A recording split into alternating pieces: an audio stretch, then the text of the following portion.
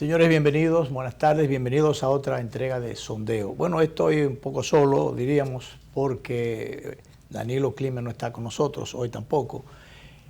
Pero un poco más adelante estamos supuestos a entrar en comunicación con el diputado Juan Quiñones de la Fuerza del Pueblo. Él está en el interior y hemos coordinado para conversar telefónicamente. Quisiéramos conocer al dedillo qué fue lo que ocurrió el pasado sábado en la Cámara de Diputados, que estaba conociendo la solicitud de prórroga hecha por el Poder Ejecutivo para continuar con el toque de queda, y ya conocemos que inicialmente fue aprobado en el Senado de la República tal cual fue enviado por el Poder Ejecutivo, que hemos insistido en que ya sabiendo cuál era el precedente, no había la necesidad de volver a mandarlo por 25 días, porque según dice el librito constitucional, cuando en un estado de emergencia el Poder Ejecutivo la solicita, después que se aprueba, si se solicita una prórroga debe ser por igual tiempo de lo aprobado o menor, igual o menor, pero no puede ser por más. Entonces mal podría, si ya se había aprobado 15 días, 17 días y después 15 días, mal podría aprobarse 25 días. Pero los senadores, a sabiendas de que esto está prohibido constitucionalmente, y el mismo consultor jurídico del Poder Ejecutivo también lo sabe, lo envían así. Pensaría uno que eso forma parte de estrategias políticas para ponerle, en este caso el gobierno, la bola en la cancha de la oposición, a ver si la oposición se equivoca, porque ya se estaba denunciando, se estaba advirtiendo. Eso es, el gobierno lo pone así para ver si se lo rechazan, como era lo que había dicho firmemente la oposición, representada por el PRM y la Fuerza del Pueblo y aliados de ambos dos sectores de oposición política importantes. Era lo que habían anticipado. Y entonces se había dicho, el gobierno lo que busca es que se lo rechacen, para entonces, si se lo rechazan, por eso solicita 25 días, si se lo rechazan entonces, y se abren todas las compuertas, la gente sale a la calle, se llega a una situación ya de falta de control, de falta de prudencia, y se disparan las alarmas con la contaminación, y quién sabe si hasta las muertes. Entonces decían algunos voceros de oposición en sus advertencias, esto puede ser para echarle la culpa entonces a la oposición. De hecho, ya algunos voceros del Congreso, del sector oficial, habían dicho, ellos van a ser los culpables si no aprueban esto y hay una crisis, o la crisis se incrementa y hay más muertes. Parece que después de rechazar inicialmente la extensión solicitada, la prórroga solicitada, eso fue el viernes, ya para una convocatoria, una segunda convocatoria que hizo la Cámara de Diputados, parece que la oposición reflexionó. Después de muchos escarceos, de muchas cosas y de muchas solicitudes de previo, eso de previo es para ponerse de acuerdo los bloques, los representantes de los bloques, para ver qué estrategia o qué cambio de estrategia van a delinear para finalmente ver si llegan a un punto que creo que en algún momento el presidente Camacho de la Cámara de Diputados le negó la pausa solicitada por la oposición, y llegó el diputado y expresidente de la misma Cámara de Diputados, Alfredo Pacheco, a decirle al presidente de la Cámara que él no era el dueño de la misma, que él no era el dueño, y que además los diputados tenían el derecho a ponerse de acuerdo para tomar cualquier decisión sobre aspectos de una importancia capital en el orden legislativo. Y tenía razón Pacheco, pero de todas maneras los diputados o el presidente de la Cámara de Diputados, o los que son presidentes, a veces se sitúan igual que los otros presidentes de las otras cosas, por encima del bien y del mal, y entienden que lo pueden todo, incluso impedirle derechos derechos que son constitucionales a los legisladores. Vimos un espectáculo feísimo que se produjo, por ejemplo, cuando el diputado que está auspiciando el asunto de el 30% a los pensionados, quería entrar con un cartelón. Entonces la seguridad policial y militar, con instrucciones del presidente de la Cámara de Diputados, le impide que pase con... Él le quita el marco al letrero que llevaba, auspiciando, promoviendo el 30% de los fondos de pensiones para que se le devuelvan a los trabajadores. Le quita el marco, dobla su cartelón y lo pone debajo del brazo y va a entrar así, pero también así lo quieren impedir. Le quieren impedir que entre. Eso fue la semana pasada. Un feo e innecesario espectáculo porque se supone que ese es el centro de trabajo del legislador. Estoy hablando del diputado Botello, que es del Partido Reformista y que está situado en la oposición. Ese es el centro de trabajo y se supone que la principal actividad de ese espacio democrático es el único espacio democrático donde más se manifiesta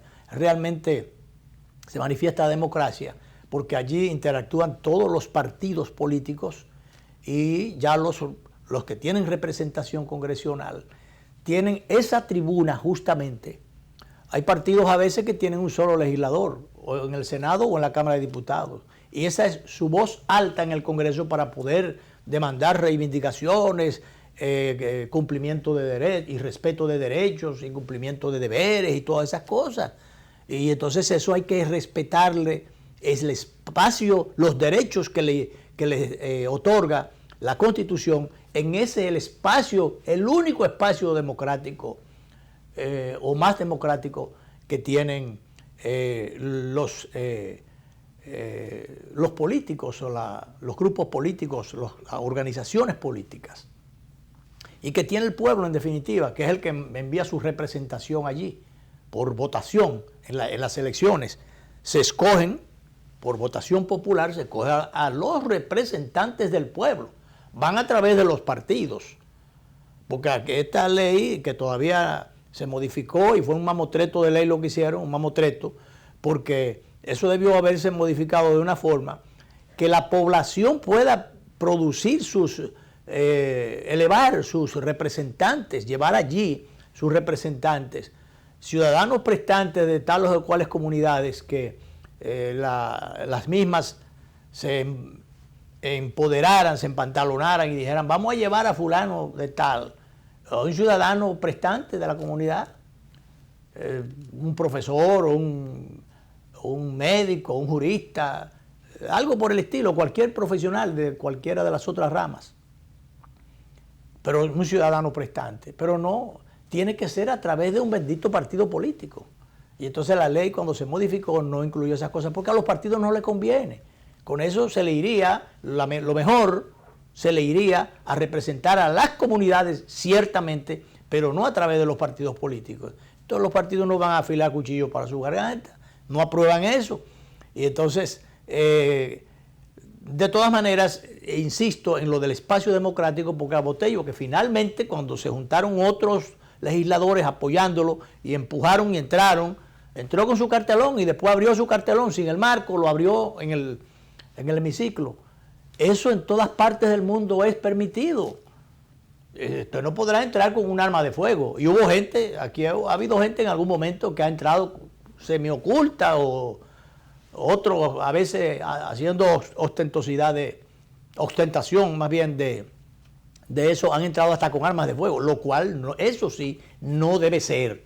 Pero entrar con un cartelón, con un elemento, instrumento de protesta, si se quiere, y sobre todo como lo que decía Botello, eso forma parte de la promoción de un proyecto de ley, que tiene la aprobación, que tiene de antemano el visto bueno de más de 100 diputados y de muchos sectores populares. Quizás no sería lo mejor, no sé, porque parece que eso hay que buscar.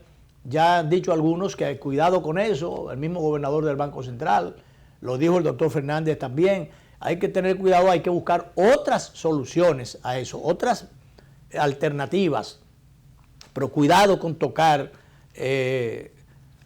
abiertamente o de manera desparpajada los fondos de pensiones, porque en un momento determinado, cuando esos trabajadores necesiten, muy probablemente entonces no tenga el fondo, no tenga un chele para poderle resolver sus problemas. El asunto es resolverlo. Ahora, ¿cómo?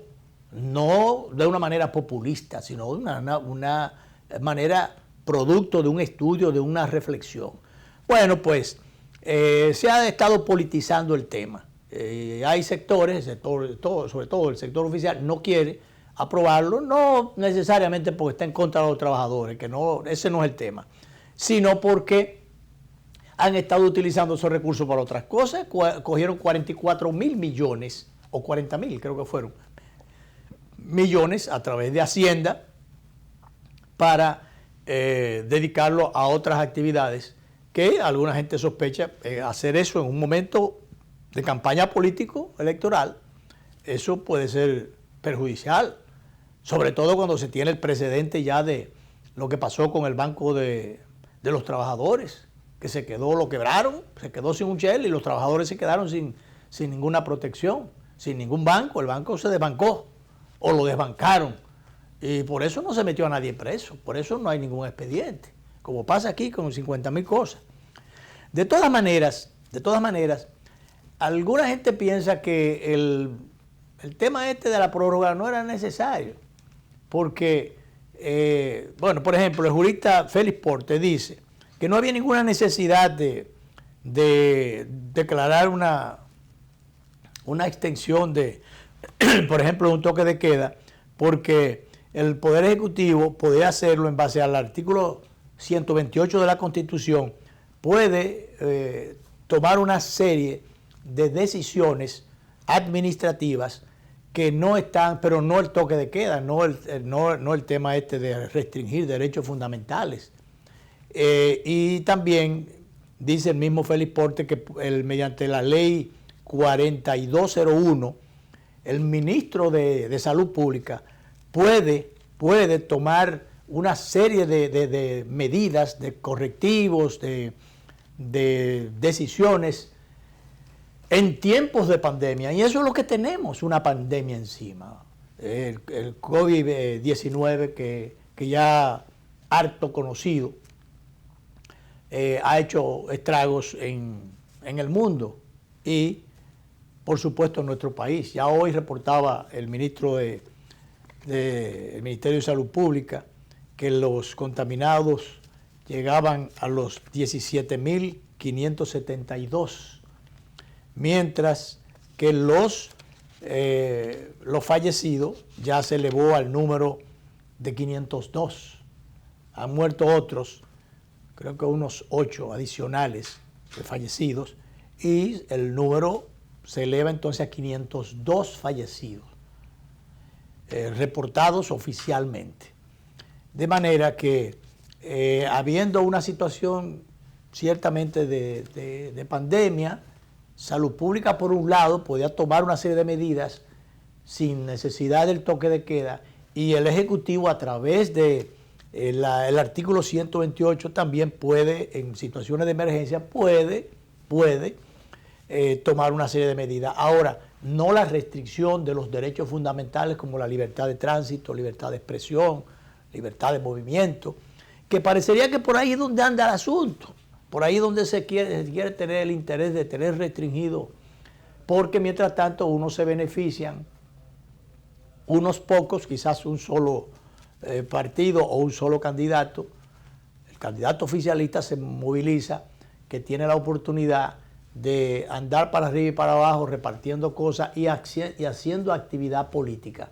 Por ejemplo, ahí tenemos un video donde se ve pasar la caravana en actividades proselitistas a las 8 y pico de la noche, pasadas las 8 de la noche. Lo denuncia un ciudadano de Montecristi. Y después en otro lugar también, a altas horas de la noche, otra caravana del candidato Gonzalo Castillo, mientras hay un toque de queda y los demás partidos, los de la oposición, están guardados en sus actividades o están impedidos, están prohibidos resulta que hay un ciudadano, ese es un segundo video, miren dónde va la caravana, y lo describe, eso era a las 11:34 del día 29 de mayo, a las 11:24 de la noche era eso. Mira, de un camión, un camión de logística, ¿sabe Dios qué cosas llevan ahí para repartir? A las 11:30 y tanto de la noche. Y ya en Montecristi era a las 8 de la noche. O sea, moviéndose uno y los otros no. Parecería que entonces la oposición se ha dado cuenta de ese tema. Y por eso se produjo que ahí hubo cosas que se manejaron y del todo no se conoce, la realidad, porque a priori yo la información que tengo es que la oposición se cogió la seña, se dio cuenta del asunto, que parecería que se quería que se rechazara para entonces abrir la compuerta y tener manos libres, pero entonces en esa situación se pudiera contaminar mucha gente y echarle la culpa a la oposición. Bueno, pues en esos escarceos y van y vienen en la Cámara de Diputados el pasado sábado, que fue donde finalmente se aprobó el asunto, le tumbaron lo de los 25 días, pero aprobaron 12. Entonces estaban acusando a dos legisladores, uno apellido Montero y a otra dama, una diputada, de que eran los que se habían plegado. Creo que también votó uno de Amable Aristi, pero no, al final yo tengo entendido que fue una puesta de acuerdo de la oposición, tengo entendido, y eso lo quisiera confirmar con el diputado Juan Quiñones, que espero, tal como habíamos coordinado, que podamos conversar con él a partir de las 2 de la tarde. Pero parece que se pusieron de acuerdo y entonces dejaron pasar el asunto. Pero este diputado de la representante, el vocero oficial de la Fuerza del Pueblo, en la Cámara de Diputados, él en un documento que publicó desmentía que dos diputados de la Fuerza del Pueblo hubiesen sido expulsados como inicialmente se dijo. Eso no es verdad, eso no ocurrió, ni parece que ellos se vendieran ni que entraran en ninguna tratativa, sino que al final buscaron unos votos que faltaban ahí y le aprobaron por 12 días el asunto. Ya el Senado hoy lo estaba conociendo y tengo entendido que ya lo aprobaron también. Lo mandan para el Ejecutivo porque ya eso terminaba hoy, eso debe entrar entonces en vigencia mañana y va para el Ejecutivo. Se supone que eso lo van a aprobar, ¿cómo se llama esto? Al Poder Ejecutivo va a aprobarlo, a promulgarlo, ya eso es una disposición de ley. Entonces entra en ejecución ya en vigencia a partir del día de mañana, 12 días más. Yo no le veo mucho el sentido al asunto porque ayer fui a Ocoa, mi provincia, de nuevo, y realmente de Baní para acá el tránsito estaba sumamente pesado. Y la cantidad de gente que hay, que yo vi el viernes cuando venía para acá, para el canal, ahí en la México, casi esquina Abraham Lincoln, un tapón del salve si el que pueda, o salve si no se menee. Y después la Abraham Lincoln igual, y todas las calles así es que están. Yo creo que la solución de eso no es ahí que está. Hay que ir aperturando las actividades productivas ciertamente, sobre todo porque hay sectores que no aguantan más, que no lo aguantan, pero con todas las prudencias y todas las cosas, pero eso debería hacerse, por ejemplo, como en Panamá. Hay algunos países, creo que en Ecuador, Lenín Moreno aplicó algunos mecanismos allí. Allí ha sido donde más se ha disparado la pandemia o la contaminación y las muertes. Pero en el caso de Panamá exclusivamente, allí lo están haciendo por placa de vehículos y por sexo. O sea, lunes, martes y jueves, por ejemplo, salen los varones y miércoles, viernes y domingo, qué sé yo, pero indistintamente salen entonces la otra parte, y esa es una forma de usted tener la mitad de la población en los supermercados, o de por lo menos facilitar las cosas para que ocurra eso. La mitad de la gente, de la población, en los supermercados, en las farmacias, en los bancos, la mitad de la gente y de los carros en la calle, menos contaminación, más distanciamiento físico, todas esas cosas cuando usted tiene una parte de la población nada más en la calle. Entonces ojalá que se fuera pensando en eso.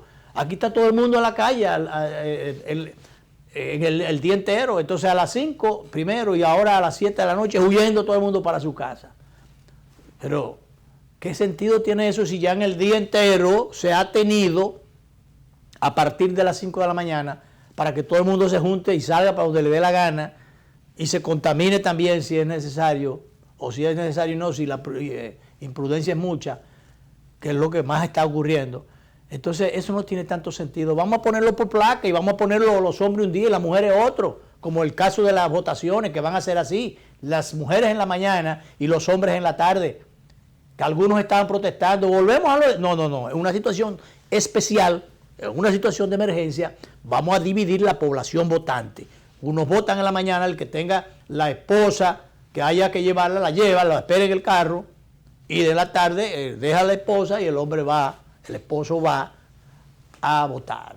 Pero es así, me parece que eso sería una medida más práctica que eso de todo el mundo y una democracia abierta y sálvese el que pueda, o todo trancado para que nada más se muevan uno. También rechazamos esa práctica que le ha dado beneficio a uno, pero ha perjudicado a la mayoría.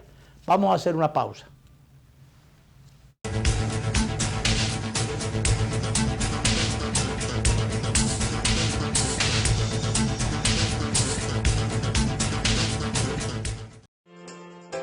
Nos quedan muchos logros que alcanzar, muchos sueños por cumplir.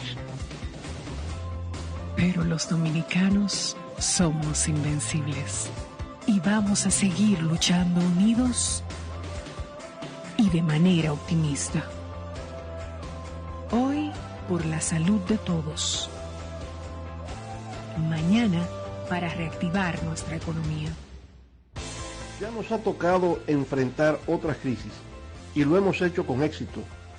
Esta también sabremos cómo superarla. No es momento de intentar. Leonel, el camino seguro.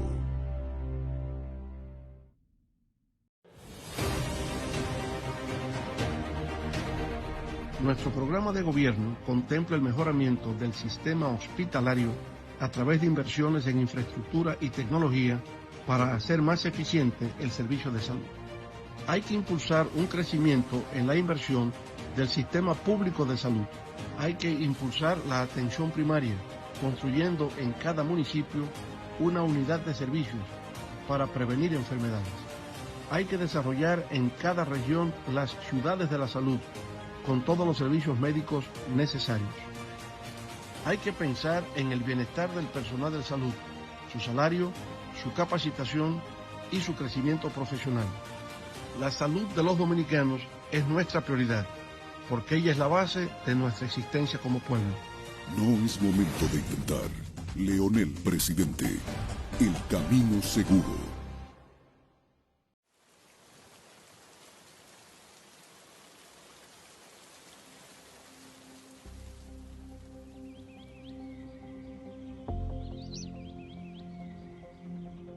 Porque la esperanza ha sido nuestro mejor camino. Y lo hemos construido juntos. Unidos, nada nos detiene. Porque en los momentos difíciles hemos creído, como buenos dominicanos, en la fuerza de la unidad y la hermandad para superarlos. Porque somos un país hermoso, bendecido, solidario, aferrado a la fe y a un mejor porvenir para nuestra gente. Seguiremos adelante, porque has confiado en ti, en nuestra nación y en los demás. Apostando a la conquista de un nuevo amanecer. Hoy seguimos a tu lado y lo haremos mañana y por siempre. Siempre.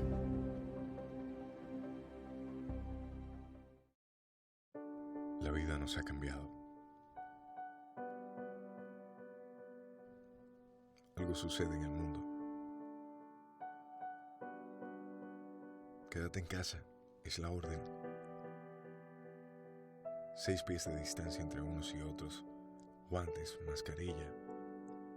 No sabemos cuándo va a terminar, pero de una cosa sí estamos seguros. Seguiremos despertando sonriendo al sol, pensando que este es otro gran día para todos nosotros y los nuestros. Pueden pedirnos estar a kilómetros de distancia, aún así, desde cada hogar y con cada taza, seguimos unidos por esa costumbre que nos alienta a ver un mejor mañana. La vida nos ha cambiado, sí, pero lo mejor de lo nuestro, eso siempre permanecerá.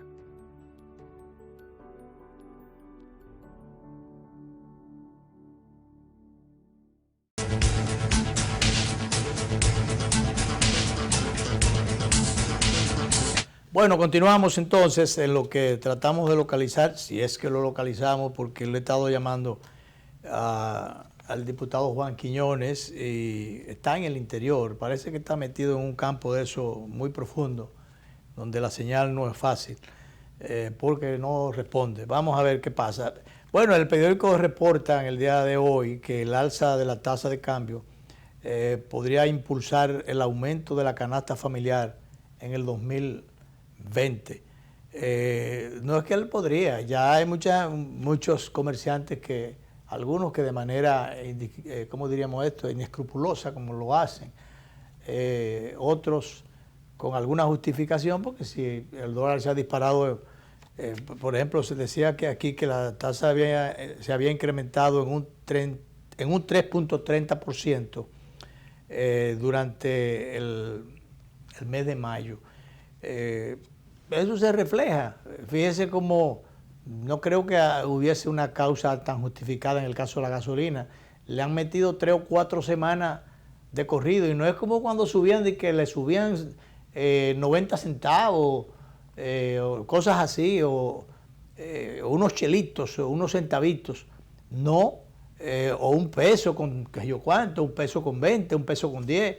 Le han metido unos juanetazos al precio del combustible, a pesar de que, bueno, eso es probablemente atribuible o sin el quizás, atribuible al dólar, pero a la tasa del dólar. Pero bueno, yo no sé si se ha estado comprando petróleo en estos momentos, pero lo cierto es que el petróleo se ha mantenido a unos precios, la tasa es la que ha cambiado, pero el precio del petróleo se ha mantenido bajo. Aquí se llegó en un momento determinado a comprar petróleo a 140 y tanto el barril de petróleo. Y de manera que después de bajar más de $100, bajó más de $100, 40 y algo se puso. Entonces hay una diferencia tremenda. Y entonces lo único que uno pensaría aquí es que hay interés del gobierno, que ha tenido unos apuros económicos tremendos por los aportes que ha tenido que hacer para los programas sociales y por la baja en la recaudación a través de impuestos internos, porque los cobros con la gente con las manos cruzadas, pues, que la producción paralizada por todas partes, es natural, es entendible esa parte. Las mismas remesas también se han ido por el suelo y ni decide el turismo, cero. Entonces se ha visto con apriete y parece que está queriendo cargar por ahí, pero también lo mucho hasta Dios lo ve. 3 o 4 semanas de corrido aumentándole de 5 pesos, 6 pesos, que yo cuántos pesos. un paquete cuarto ya que van en las 3 o 4 semanas que se han ido aumentando el precio de los carburantes. Eso es duro, pero bien, vamos a ver qué pasa y en qué quedan las cosas en esa dirección. Está pendiente el tema de los debates, famosos debates, que por allá por los años 60 y pico, 1960 y pico, se puso de moda en Estados Unidos cuando el famoso debate de Richard Nixon y el presidente Kennedy, que le ganó. Kennedy estaba maquillado, bien presentado, le ganó a Nixon, no solamente por la parte gestual dentro de los códigos que demanda la televisión, sino que estaba muy sudado. Y Kennedy, maquillado o empolvadito, pues eso ha sido famoso. Se han dado muchísimas conferencias en esa dirección para enseñar el perfil que debe presentar el candidato, que ahí ya no solamente el contenido, sino la parte de la imagen juega un papel fundamental. Bueno, pues entonces está la propuesta de debate que ha hecho tanto la Cámara Americana, el ANGE y varios otros sectores de sociedad civil. Y en el caso con los jóvenes empresarios, al principio se hablaba de que el candidato Abinader, bueno, la Cámara Americana de Comercio primero, fue Leonel, iba el día, o creo que también Abinader fue ya, iban los dos, que fueron los que aceptaron y Gonzalo no aceptó. Propusieron mandarle a un pitcher tapón, pero la Cámara Americana de Comercio no aceptó eso. Y se quedó fuera Gonzalo, como se quedó fuera de muchísimos programas de televisión que lo han invitado y él no ha ido. Y bueno, pero ahora sí había confirmado la participación en ANGE. Lo dijo el presidente del partido, Temístocles Montaz, pero hay la sospecha de que eso puede ser un amaraco, que eso puede ser un cuento, de que los otros se presenten y bueno, darle largas al asunto y al final Gonzalo no asistir. Sería interesante, por ejemplo, hoy se publica la propuesta, por lo menos en el aspecto educativo, que tienen los 3 candidatos principales, en este caso Luis Abinader, Leonel Fernández y el propio Gonzalo.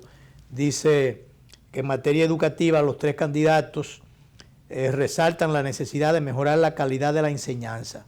Abinader se plantea focalizar el desarrollo profesional del cuerpo docente. Castillo promete la tanda extendida en un 100% de los estudiantes, mientras que Fernández propone, entre otras cosas, unas 35,000 becas. El doctor Fernández fue el promotor de las becas y 5 centros del ICLA. El presidente Fernández fue el creador del ICLA, de donde ITLA, de donde han salido un paquetón de profesionales, algunos de los cuales están por otros mercados, otros países, pero especialmente ya en actividades productivas en el mercado local. De manera que esa es una propuesta interesante de los distintos candidatos. En el caso del presidente Fernández ya se sabe que desde cuando prometió aquella vez la computadora y que no está informatizado aquí o que ya no está tecnificado aquí, de producto de ese desarrollo, de esa modernidad y desarrollo tecnológico que prometió el presidente Fernández, que cuando ofreció una computadora para cada escuela o cada estudiante o cada maestro, medio se mofaron, medio no, entero se mofaron con eso, con él, como cuando iba a construir el metro también se mofaron o lo criticaron, porque se decía que una computadora para qué, si los muchachos no van a tener o las escuelas no van a tener dónde prenderla, porque aquí no había electricidad. Bueno, pues ya hay electricidad, están las computadoras y ya están los conocimientos, muchos de los cuales están puestos en práctica en el país, en el ejercicio. Hay muchos jóvenes por ahí, algunos de ellos hasta ministros son de este gobierno, que han salido de esa tecnificación y de esa capacitación a nivel superior que se llevó a cabo a través de la MESIC, que atrasándose un poco y muchas veces con los dineros que tenían que mandarle a los estudiantes y el pago de las universidades y esas cosas. Bueno, pero se hizo. Lo importante es que estaba la iniciativa y se hizo, y los profesionales están ahí. Yo creo que el ministro de Economía, Planificación y Desarrollo, brillante, joven, profesional, primero comenzó como viceministro, participando en varias instituciones y también como docente a nivel internacional. Y ahí está metido. Un muchacho es un muchacho. Y ahí está metido, es producto de esa capacitación. Y hay muchos otros más en la administración pública y en el mercado privado. De manera que la educación, quien sea, por donde sea que ande el resultado electoral del próximo gobierno, tiene que seguir trillando por ahí. La solución a los problemas educativos es la solución a la mayor parte de los problemas del país. Comenzando por la educación, resolviendo eso, se resuelven muchos otros problemas. Tenemos mucha confianza en que se puedan rectificar dentro de esos grandes, rectificar errores, dentro de esos grandes retos que el país va a tener después que pase esto. Y esto tiene que pasar. Y cuando esto pase, como diría el poeta José Antonio Rodríguez, pues habrá entonces un camino por emprender nuevo, reorientar muchas cosas y tratar de seguir adelante y sacar el país adelante. Para eso tenemos que saber escoger bien, saber escoger y elegir bien a nivel del Congreso, ya escogimos a nivel de los ayuntamientos, a nivel del Congreso, Cámara de Diputados, Cámara del Senado, llevar a los mejores representantes allí.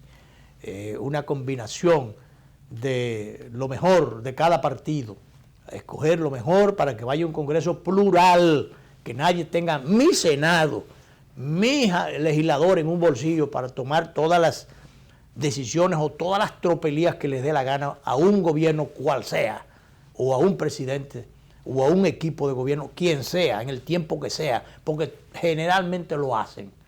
Si tienen todos los votos en un bolsillo, quieren manejarlo todo, manejar todos los poderes, y quieren hacerlo todo. Por eso plantea Temístocles Montal, presidente del PLD, que dice, está ahora planteando una justicia independiente. Le responde con mucha razón Orlando Jorge, el secretario general del PRM, dice, pero ¿y él tiene autoridad moral para estar hablando de que prometer un procurador independiente, o un procurador independiente que tiene muchísimos expedientes allí, o el caso actual, expedientes allí que no han estado, o gente que está allí sub judice, que son presos de confianza, incluso metidos en política? Entonces, esa es la justicia independiente que se está prometiendo. Bueno, que otros promuevan justicia y prometan justicia independiente. No todo el mundo puede estar dirigiendo partidos, no todo el mundo puede estar prometiendo cosas o empujando candidatos, porque a veces, bueno, se dicen cosas, pero bueno, y a veces el papel también aguanta cualquier cosa, pero en la práctica, y sobre todo cuando ya usted tiene una estela o una cola atrás grandísima, en términos judiciales, en términos de ética pública, de desempeño público y de muchas cosas, bueno, eso es muy cuesta arriba.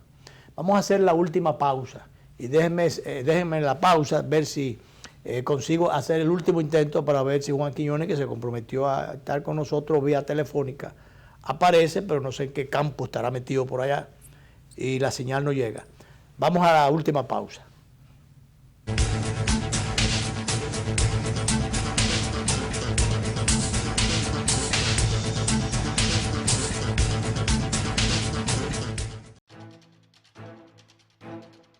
Desde el momento en que te planificas para viajar, un equipo técnico trabaja arduamente para que tengas un vuelo seguro.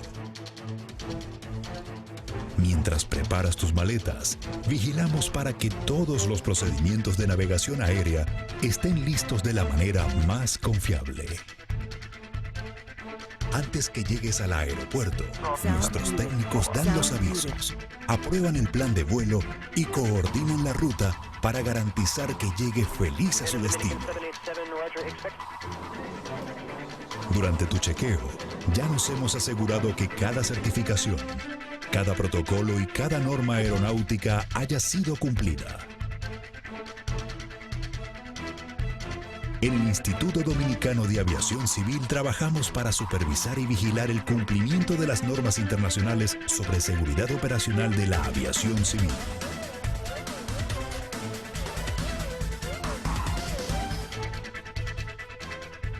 Estamos dentro de los países con mejores niveles de cumplimiento con los estándares internacionales de la Organización de Aviación Civil Internacional, OACI.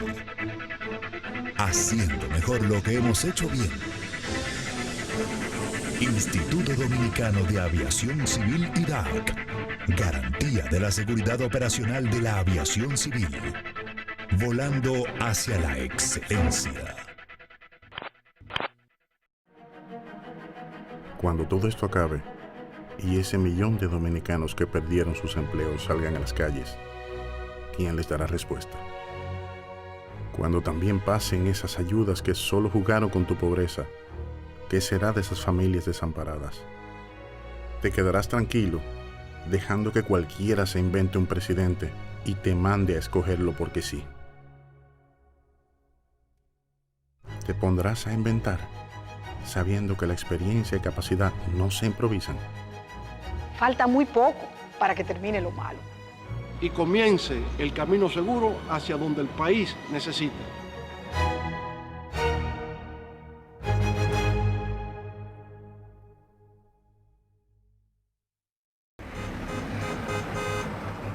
Un país con este caos en el tránsito no puede echar para adelante. Si la cosa sigue así, voy a tener que cerrar mi colmado. Con este negocito eché para adelante a mi familia, pero la gente ya no compra como antes. Aquí lo tenemos todo invertido, pero con esta crisis la gente no tiene dinero ni para comer. Antes aquí se podía vivir sin miedo. Yo no invento. Con el pan de mi familia, yo no quiero que inventen. No es momento de inventar. No se puede improvisar. Hace falta alguien con experiencia. No es momento de inventar. Leonel Presidente. El camino seguro.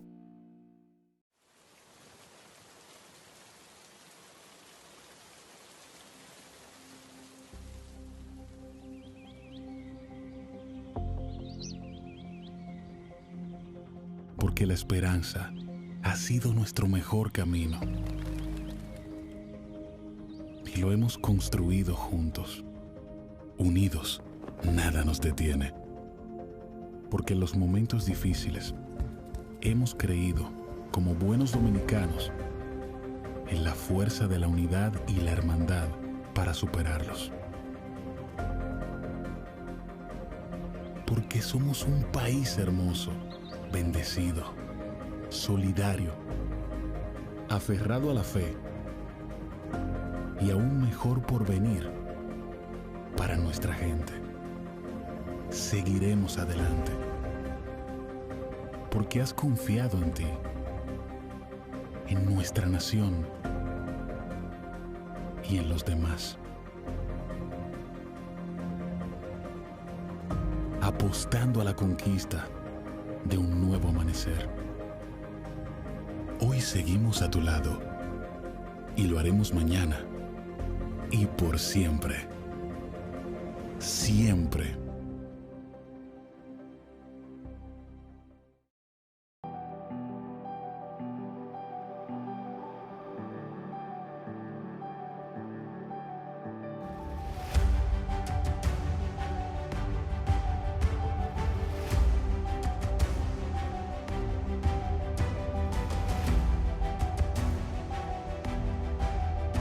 Por el bien de todos, cuando más los necesitamos, cumplieron con su deber y lo esencial no se detuvo. Ahora es nuestro deber decidir el futuro de nuestro país, porque para la democracia todos somos esenciales. Este 5 de julio, vota en las elecciones extraordinarias presidenciales y congresuales.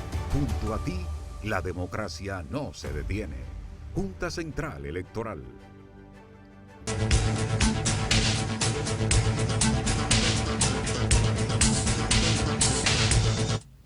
Bueno, tenemos un dato para los fines que se recibe con una determinada preocupación. La comisión que tiene que ver con las importaciones agrícolas o agropecuarias resolvió abrir una subasta por 150.000 quintales de ajo. Esto es el consumo de unos 6 meses. Sería alrededor de 14.000 quintales por mes, y esto implicaría unos 25.000 contenedores de 45 pies cada mes. O sea, se traerían 25 contenedores de 45 pies cada mes por 6 meses, casi un año. La comisión está integrada creo que presidida por el ministro de Agricultura, en este caso Osmar Benítez, el director de aduana y el ministro de Industria y Comercio. Esta apertura de subasta para traer esos 150.000 quintales de ajo ocurre en momentos en que los agricultores de Constanza, los productores de ajo de Constanza, que han tenido muchísimos problemas porque le inundan el mercado cuando ellos y le deprimen los precios cuando ellos van a sacar su cosecha, a terminar su cosecha. Parece que se repite la historia. Ojalá que no fuera así, pero ya esto se hace como denuncia. Y yo iba a decir ojalá, pero si es una comisión oficial compuesta por el ministro, por 2 ministros, por el director de aduana, a ese nivel, de alto nivel, que toma esa decisión. Hay veces que hay productos que hay que importarlos porque aquí la producción nacional no es suficiente y hay que garantizar a los consumidores. Bueno, pero que también está la historia traumática, pesarosa historia de las prácticas de distintos gobiernos de traer las cosas que se producen aquí y de inundar el mercado en momentos en que la producción local está a punto de salir al mercado. Se deprimen los precios, se va a pique todo, se desestimula al productor, se va a pique el campo, sigue la miseria en el campo, sigue la quiebra en el campo, los problemas en el campo, los problemas de producción, y unos pocos o muy pocos hacen negocio de las importaciones. Ojalá no fuera el caso. Ojalá no fuera la repetición de un caso ya que es muy conocido. En su momento esto ha ocurrido con la cebolla, ya no solo con el ajo, ha ocurrido con la habichuela, ha ocurrido con el arroz, que habiendo arroz suficiente criollo, traen arroz de fuera. Que habiendo cebolla, yo recuerdo una vez, un gobierno por allá del doctor Balaguer, un ciudadano funcionario palaciego que se involucró en la importación de las cebollas rubias, esas cebollas amarillas, que eso no se conocía aquí. Bueno, pues quebraron a los productores de cebolla, la cebolla esta roja, los productores criollos, los quebraron porque le inundaron el mercado de esas cebollas, yo le llamo rubias, son unas cebollas amarillas, que todavía traen de esa cebolla. Yo creo que incluso ya aquí se producen también ya de esa cebolla, pero generalmente la cosecha de aquí es de la cebolla roja. Bueno, pues le inundaban el mercado. Entonces eso ha seguido. Eso pasa con la leche en polvo. Incluso esas famosas casas distribuidoras de leche, que son muy ricas ellas, las leches y los productos, y otras competencias, llenan el mercado de leche en polvo, tienen cuotas asignadas y muchas de esas leches entonces la convierten en líquida y la convierten en queso, la convierten en subproducto de la leche, pero leche importada, ¿en perjuicio de quién? Del productor criollo, el productor, el criador que tiene unas vaquitas que vive de eso. Y aquí hubo una campaña, una gente que tenía ¿cómo se llama esto? Los desayunos escolares. Tenían una asignación y eso era llenando el mercado de leche en polvo. Y los pobres criadores de vaquitas no tenían dónde vender su leche, porque toda la leche salía a los muchachos de los colegios, de todas esas escuelas públicas, salía de esa leche en polvo importada. Pero bueno, eso era una forma de castrar la posibilidad de unos 400 y pico, casi medio millón de empleos que se producen en las fincas, en el campo. O yo creo que se producían, porque ya tienen que haber psiquitrillado la mitad de esos empleos, producto de la quiebra en el campo, porque ¿qué país se puede desarrollar en ningún renglón solamente con importaciones? Un país de una economía de importaciones. Entonces, eso es con dólares, eso es con divisas, que hay que traer eso. Si no hubiese bueno, está bien que determinadas cuotas, pero una guerra por esas cuotas, porque le asignen cuotas y traer más de lo necesario, o desdeñar, rechazar la leche criolla para traer leche importada en polvo. Le beneficio a los ganaderos canadienses y a los de por allá. Incluso leche que tiene muchísimas cosas radioactivas y cosas que tienen muchos de esos productos, matando a la gente sencillamente. Por eso es que hay tanto cáncer y tantas cosas, porque antes que vivía en el campo comiendo huevo criollo y friendo y sancochando batata y un jarro de leche sacado de la teta de la vaca en el ordeñadero, y algunos se la bebían cruda, y la gente no se moría, al contrario, no había ni bacterias. En ese tiempo yo que estaban de vacaciones, de manera que no habían esos problemas de tipo de salubridad que se dan ahora, pero es porque no había la contaminación y los problemas, porque muchas de esas cosas tienen todos los problemas del mundo en materia de salud, y eso se le pega al ciudadano. Pero bueno, vamos a ver, ojalá que esto del todo no sea así, y que finalmente se imponga, las importaciones se traigan cuando haya que traerlas, no cuando alguien quiera hacer negocio. Y a cada rato se hacen pingües negocios con estas cosas, costillas del empleo del dominicano, de la producción nacional, que no tiene la mayor protección. Miren cómo tuvo que botarse muchísimos tomates, muchísimos repollos, muchísimas cosas, porque los costos operacionales de producción, del transporte, por ejemplo, de esos productos, necesitándose aquí, se agarraron del coronavirus, y que le iban a comprar, ¿qué es lo que van a comprar? La logística no es suficiente, no es adecuada para poderle comprar a todos los pequeños productores. ¿Qué terminaron haciendo? Botando en un basurero, botando la producción de tomates y de varios otros rubros. Bueno, nos quedó un video interesante ahí, que eso lo vamos a en el próximo programa, que es el tema de primerísimo orden, que es el tema de la explosión social que se ha dado en Estados Unidos.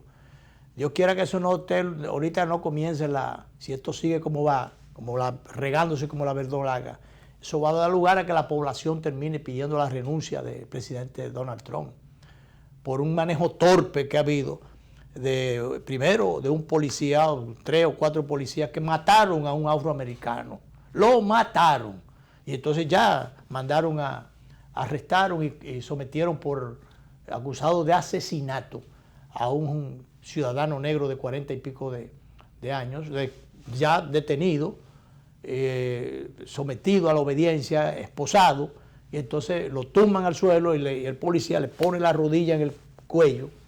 Él le dice que se está asfixiando, que lo está asfixiando. A los 7 minutos lo mató. Se murió. Y entonces después llegaron a publicar de que había una falla médica, falla de salud, qué sé yo de qué cosa. No recuerdo cuál fue el término, pero lo tengo por ahí. Pero una falla médica, no, hombre, no. Un abuso policial. Y entonces se ha regado, la población indignada, como es natural, ha respondido, y esto se ha regado como nunca en la historia de los Estados Unidos. Población blancos y negros. Dice un blanco ahí que el hecho de ser negro no debe ser razón para quitarle la vida. Y es verdad, es verdad. Entonces, ¿cuántas cosas han pasado o van a seguir pasando en esta atronador manejo de Trump en los Estados Unidos? Eso es consecuencia de esas cosas. Como estaba definiendo el presidente Trump, matones a los que salieron a la calle a hacer vandalismo, a reaccionar, pero matones no, matón fue ese policía que tiene que cargar con el peso de su culpa. Pero bien, vamos a dejar las cosas de ese tamaño. Volvemos con la reproducción de estos comentarios, yo solito en el día de hoy, a las 11 de la noche por los canales 22 y 52 de Teleimpacto. En vivo nos reencontramos de nuevo el próximo miércoles, si Dios quiere.